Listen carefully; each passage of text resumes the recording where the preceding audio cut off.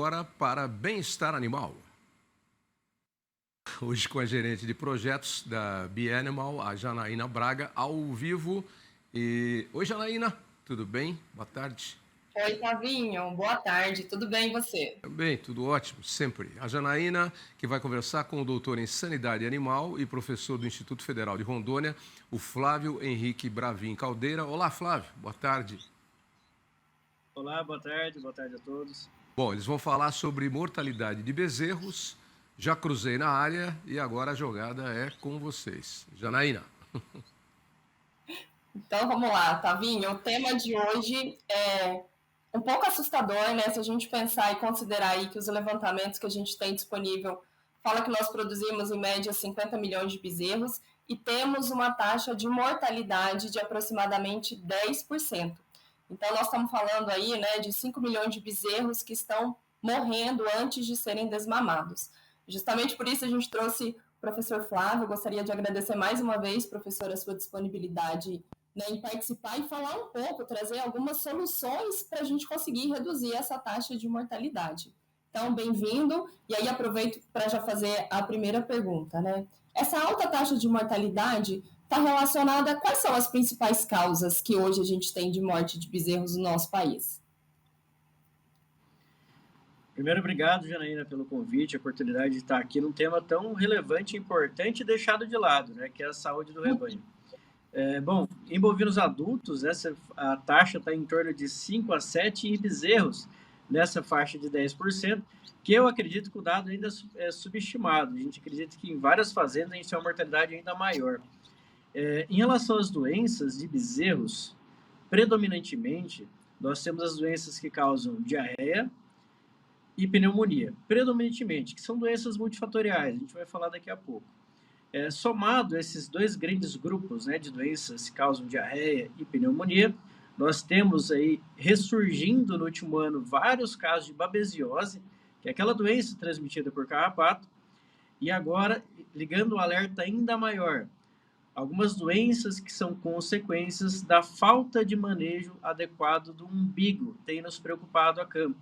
No último ano, eu peguei alguns casos de propriedade com bezerros com quadros neurológicos, locomotores, pneumonias, hepatites, todas frutos da falta de cuidado com o manejo do umbigo.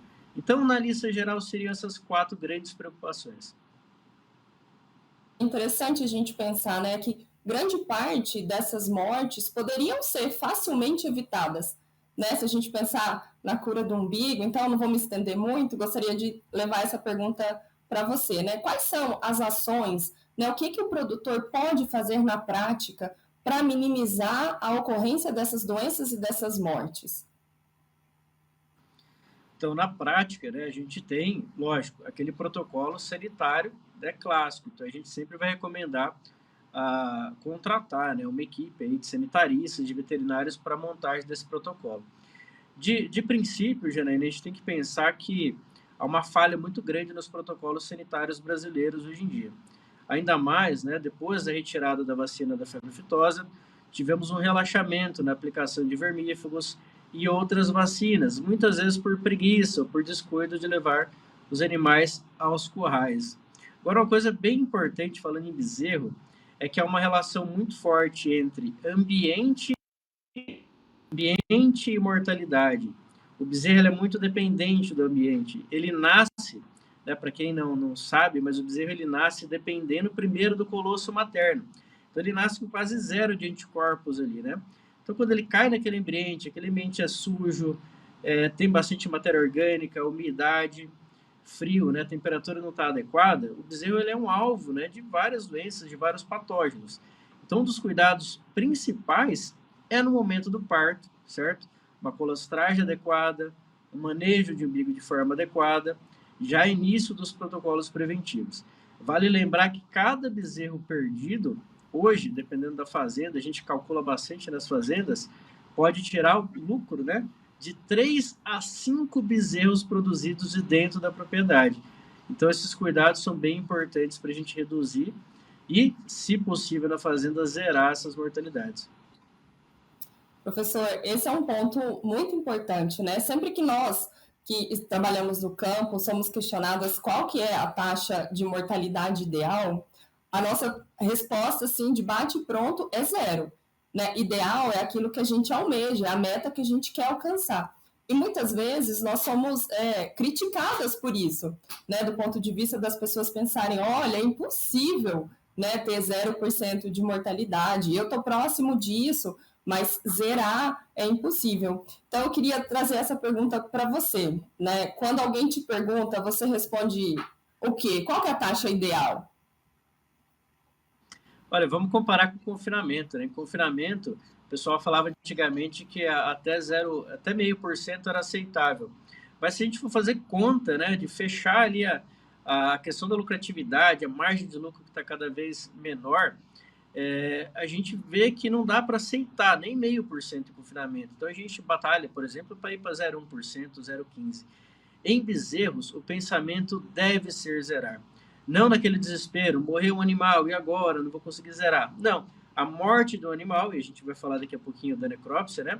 A morte do animal tem que ser investigada e o protocolo correto colocado ali para a propriedade.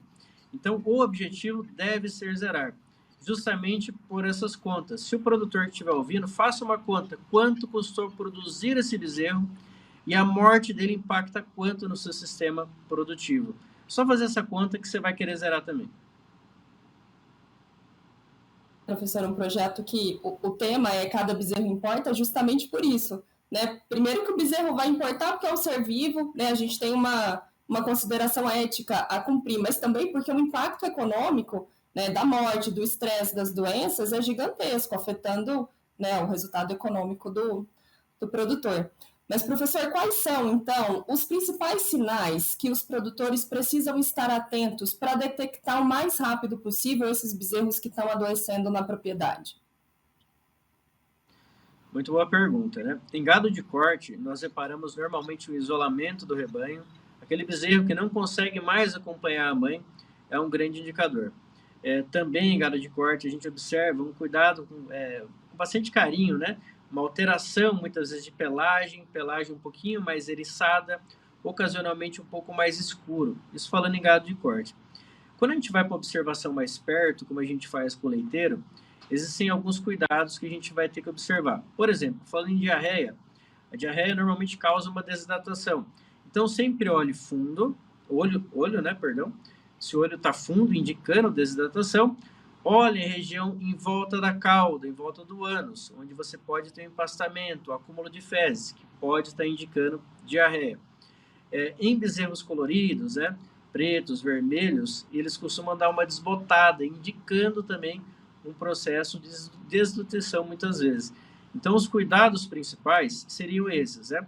Bezerro que está se isolando, pelo né, eriçado, olho fundo, empastamento em volta ali do ânus.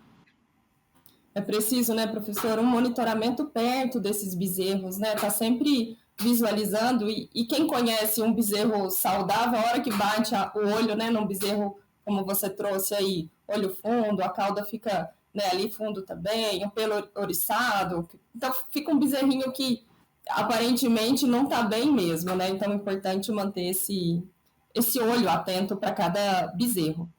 E, professor, eu sei que o senhor trabalha bastante com as necrópsias, né, com essa forma de atestar, de fato, o diagnóstico, comprovar aquilo que a gente está vendo. Então, gostaria de saber como que você vê, né, como que é o papel da necrópsia para prevenir, né, e evitar surtos de doença nas propriedades. Primeiro que a gente não consegue se proteger contra aquilo que a gente não conhece.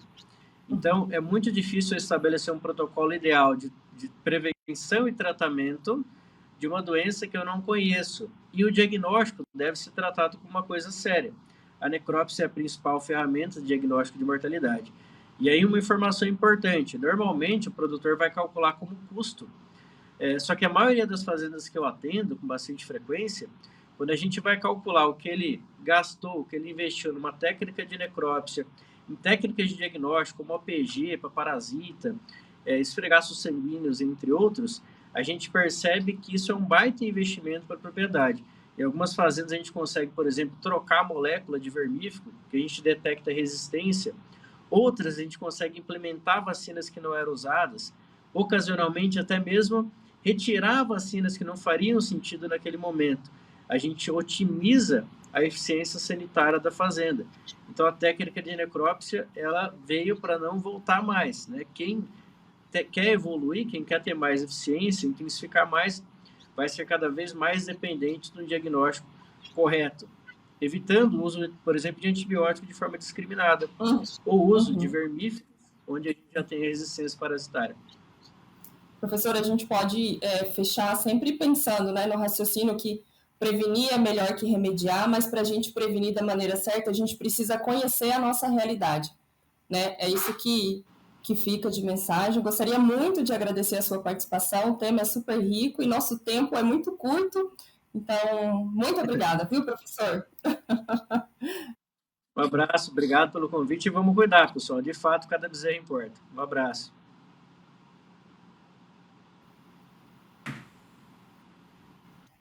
Ok, Janaína. Ok, professor. Obrigado aí pelas participações e vamos cuidar da bezerrada. Tchau, Janaína. Até quinta que vem. Tchau, Tavinho. Até.